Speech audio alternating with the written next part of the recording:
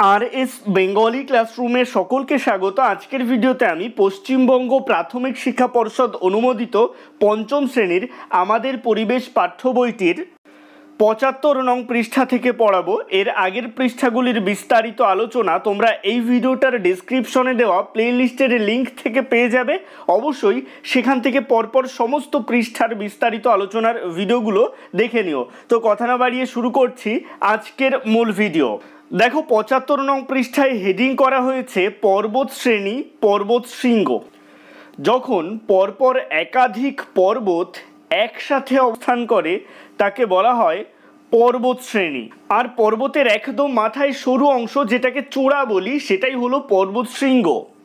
এবারে দেখা যাক এগুলো সম্পর্কে পাঠ্য বইতে কি লেখা রয়েছে। স্কুল থেকে ফেরার সময় আকাশ পর্বত শ্রেণীর কথা বলল। পর্বত শ্রেণীগুলোয় উঁচু উঁচু পর্বত শৃঙ্গ থাকে। শৃঙ্গগুলো খুব খাড়া। উঁচু পর্বত শৃঙ্গগুলো সাদা হয়, কেননা তার উপর বরফ জমে থাকে। এই পর্বত শৃঙ্গ যেহেতু খুব উঁচুতে অবস্থিত, তাই এখানে ঠান্ডা হয়, পর্বত শৃঙ্গের উপরে বরফ জমে থাকে, তাই সাদা দেখায়। যদি পরীক্ষায় প্রশ্ন আসে যে পর্বত শৃঙ্গগুলোর উপরে সাদা দেখায় কেন, কারণ এগুলো বরফে ঢাকা থাকে তাই। শেষে বলল দার্জিলিংয়ে সিঙ্গালীলা পর্বত শ্রেণী আছে। তাহলে যদি পরীক্ষায় প্রশ্ন আসে সিঙ্গালীলা পর্বত শ্রেণী কোথায় আছে, উত্তর হবে দার্জিলিংয়ে। সেখানে পশ্চিমবঙ্গের সবচেয়ে উঁচু পর্বত শৃঙ্গ সান্দাকফু, তার উচ্চতা ৩৬৩০ মিটার। এটা ভীষণ গুরুত্বপূর্ণ প্রশ্ন যে পশ্চিমবঙ্গের সবচেয়ে উঁচু পর্বত শৃঙ্গের নাম কি, উত্তর হবে সান্দাকফু, তার উচ্চতা কত, ৩৬৩০ মিটার। এটাও দার্জিলিংয়ে অবস্থিত। পরদিন ক্লাসে এসব শুনে অন্তরা বলল ওখান থেকে কোনো নদী হয়নি। স্যার বললেন ওই সব জায়গা থেকে ছোট বড় ঝর্ণা হয়ে বরফ গলা জল গড়িয়ে নিচে আসে। ওই রকম অনেক ঝর্ণার জল মিলেই নদী হয়। অনেক সময় একাধিক জায়গা থেকে জল এসে একটা জায়গায় জমে, সেখান থেকে নদীর ধারাটা তৈরি হয়, আর সেটাকেই লোকে বলে নদীর জন্মস্থান। অর্থাৎ বরফ গলা জলের অনেকগুলো ধারা মিলিত হয়ে যেখান থেকে নদীর মূল ধারা তৈরি হয় সেটাকে বলে কি, নদীর জন্মস্থান, অর্থাৎ যেখান থেকে নদীটা সৃষ্টি হচ্ছে। এমন একটা জায়গা দার্জিলিং জেলার ডাউহিল, সেখান থেকে মহানন্দার জন্ম। তাহলে পরীক্ষায় প্রশ্ন হিসেবে আসতে পারে যে মহানন্দা নদীর জন্ম কোথা থেকে, উত্তর হবে দার্জিলিং জেলার ডাউহিল থেকে। আকাশ বলল দার্জিলিং যেতে গেলে তো পর্বতের বনের মধ্যে দিয়েই যেতে হয়। জলপাইগুড়িতে জলদাপাড়ায় বন আছে, সেখানে অনেক হাতি একশৃঙ্গ গন্ডার আছে। এ অঞ্চলে আর কোথাও বন জঙ্গল নেই। তো এখান থেকে আমরা জানতে পারছি যে জলদাপাড়া যে বন বা জলদাপাড়ার জঙ্গল সেটা কোথায় অবস্থিত, জলপাইগুড়িতে অবস্থিত। পরীক্ষায় প্রশ্ন হিসেবে আসতে পারে।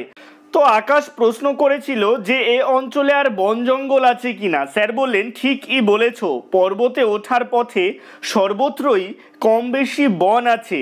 জলপাইগুড়ির উত্তরের পার্বত্য অঞ্চলে সর্বত্রই ঘন বন।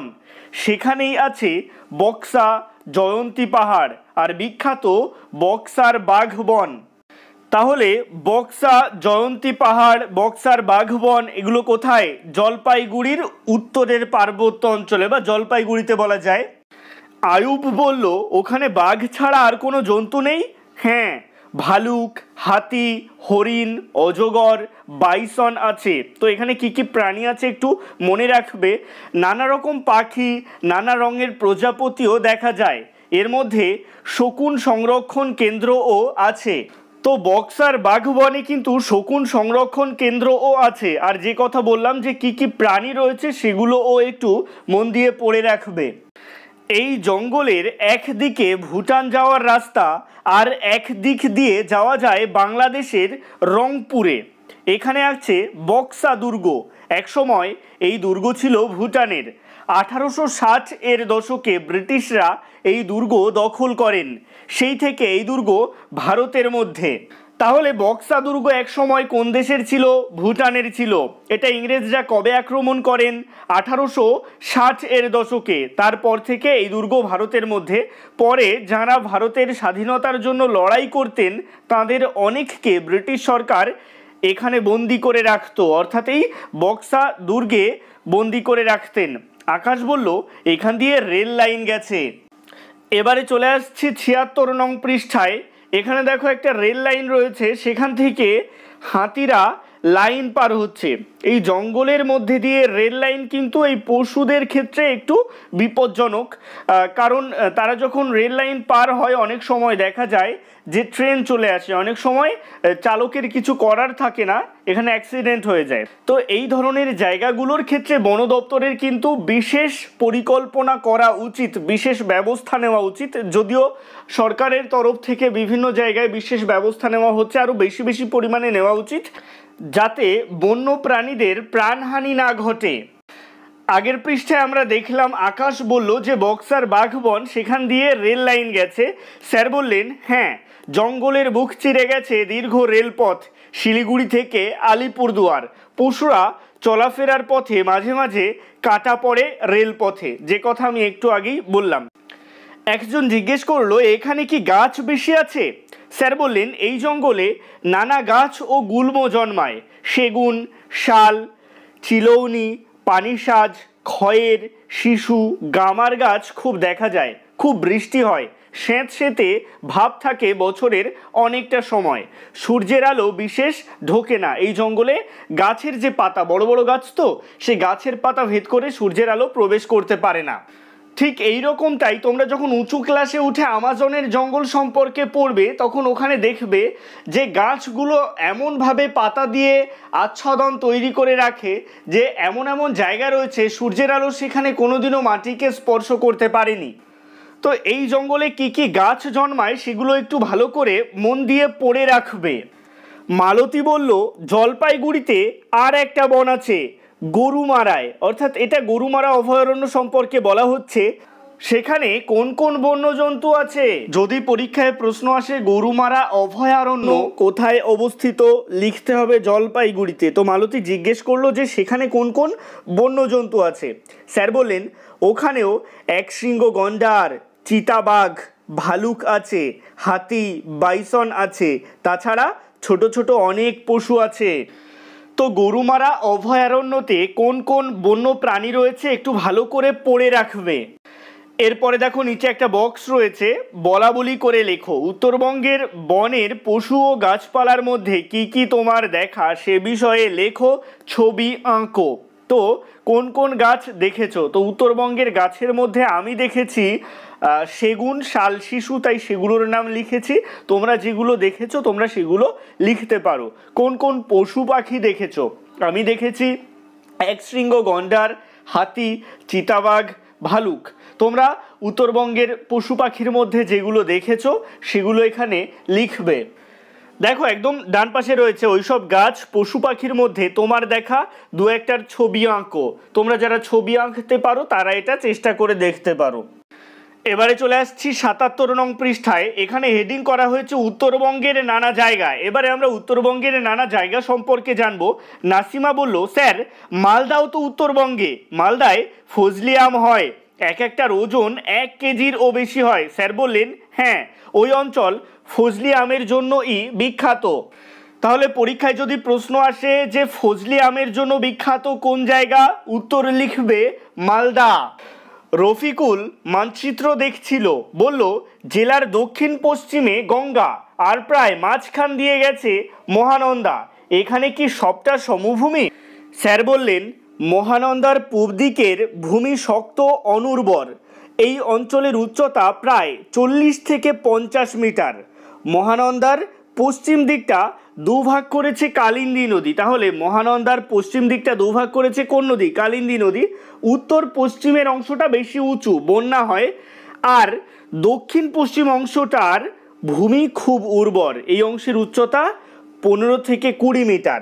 তাহলে মহানন্দা নদীর পূব দিকের ভূমি কেমন? শক্ত ও অনুর্বর। আর পশ্চিম দিকের মধ্যে উত্তর পশ্চিম অংশটা খুব নিচু যেখানে বন্যা হয়, আর দক্ষিণ পশ্চিম অংশটার ভূমি খুব উর্বর অর্থাৎ সেখানে ফসল ভালো হয়। আর এই অংশের উচ্চতা অর্থাৎ দক্ষিণ পশ্চিম অংশের উচ্চতা 15 থেকে 20 মিটার। অশেষ বলল পূব দিকটা অনুর্বর, তাহলে ওই দিকটায় নিশ্চয়ই জঙ্গল আছে। আছে, তবে খুব ঘন জঙ্গল নয়। পিপুল, নিম, তেঁতুল, জাম, বাবলা, বাঁশ এই সব গাছ আছে। তো মহানন্দা নদীর পূব দিকের যে জঙ্গল সেখানে এই ধরনের গাছ রয়েছে, পিপুল, নিম, তেঁতুল, জাম, বাবলা, বাঁশ এগুলো। ছোট ছোট বন্য পশুও আছে। এছাড়া রায়গঞ্জে কুলিক নদীর পাড়ে কুলিক পাখিরালয় আছে। এটা পরীক্ষায় আসে যে কুলিক পাখিরালয় কোথায় রয়েছে, লিখবে রায়গঞ্জে। একজন প্রশ্ন করলো দক্ষিণ দিনাজপুরের ভূমি কেমন। স্যার বললেন পশ্চিম দিকটা মালদা জেলার পূব দিকে লাগোয়া, এটা অনুর্বর শক্ত অঞ্চল। অর্থাৎ দক্ষিণ দিনাজপুরের পশ্চিম দিকটা অনুর্বর শক্ত অঞ্চল। এই অঞ্চলের উচ্চতা 40 থেকে 50 মিটার। তবে জেলার উত্তর অংশের ভূমি উর্বর, অর্থাৎ দক্ষিণ দিনাজপুরের উত্তর দিকের জমি উর্বর, তার সঙ্গে রাঢ় অঞ্চলের ভূমির মিল আছে। এই অঞ্চলের উচ্চতা 25 থেকে 30 মিটার। এবারে চলে আসছি নিচের অংশে। এখানে একটা বক্স রয়েছে যেখানে বলা হচ্ছে বলা বলি করে লেখো। দেখো এখানে কি বলা হচ্ছে, তোমার কাছাকাছি অঞ্চলের ভূমি, বন, নদীর সঙ্গে পশ্চিমবঙ্গের অন্য কোন অঞ্চলের মিল তা লেখো। দেখো আমি থাকি উত্তর 24 পরগনা জেলায়, তো সেই জেলা অনুযায়ী আমি লিখছি। ভূমির উচ্চতা 20 থেকে 25 মিটার, ভূমির ধরন সমতল, ভূমির উর্বরতা উর্বর, স্থানীয় নদী ইছামতি, আর স্থানীয় বন বিভূতিভূষণ অভয়ারণ্য। তারপরে বলা হচ্ছে যে অঞ্চলের সঙ্গে মিল তার নাম ও মিলের ধরন। এর উত্তর কি হবে, দক্ষিণ 24 পরগনা জেলার ভূমির উচ্চতা, ভূমির ধরন, ভূমির উর্বরতা ও নদীর সঙ্গে আমাদের বাড়ির অঞ্চলের মিল আছে। এবারে চলে আসছি পাঠ্য বইয়ের 78 নং পৃষ্ঠায়। এখানে দেখবে পশ্চিমবঙ্গের মানচিত্র রয়েছে যেখানে আন্তর্জাতিক সীমানা, রাজ্য সীমানা, জেলার সীমানা, রাজধানী, জেলা সদর, অন্যান্য শহর, জাতীয় সড়ক, রাজ্য সড়ক, রেলপথ এগুলো সম্পর্কে লেখা রয়েছে। এই মানচিত্রটা তোমরা একটু বাড়িতে বসে মনোযোগ সহকারে দেখবে। তো আজকের ভিডিওটা এই পর্যন্তই। ভিডিওটা ভালো লাগলে অবশ্যই একটা লাইক করে দিও এবং একই ক্লাসের বন্ধুদের সাথে ভিডিওটাকে শেয়ার করতে ভুলো না। ভালো থেকো, সুস্থ থেকো সকলে, আর অবশ্যই RS বেঙ্গলি ক্লাসরুমের সাথে থেকো। সবশেষে একটাই রিকোয়েস্ট, এখনও পর্যন্ত যারা চ্যানেলটিকে সাবস্ক্রাইব করে উঠতে পারোনি তারা অবশ্যই চ্যানেলটিকে সাবস্ক্রাইব করে দিও এবং পাশে থাকা বেল আইকনটিকে প্রেস করে অল বাটনে ক্লিক করে দিও নতুন ভিডিওর আপডেট সবার আগে পেতে।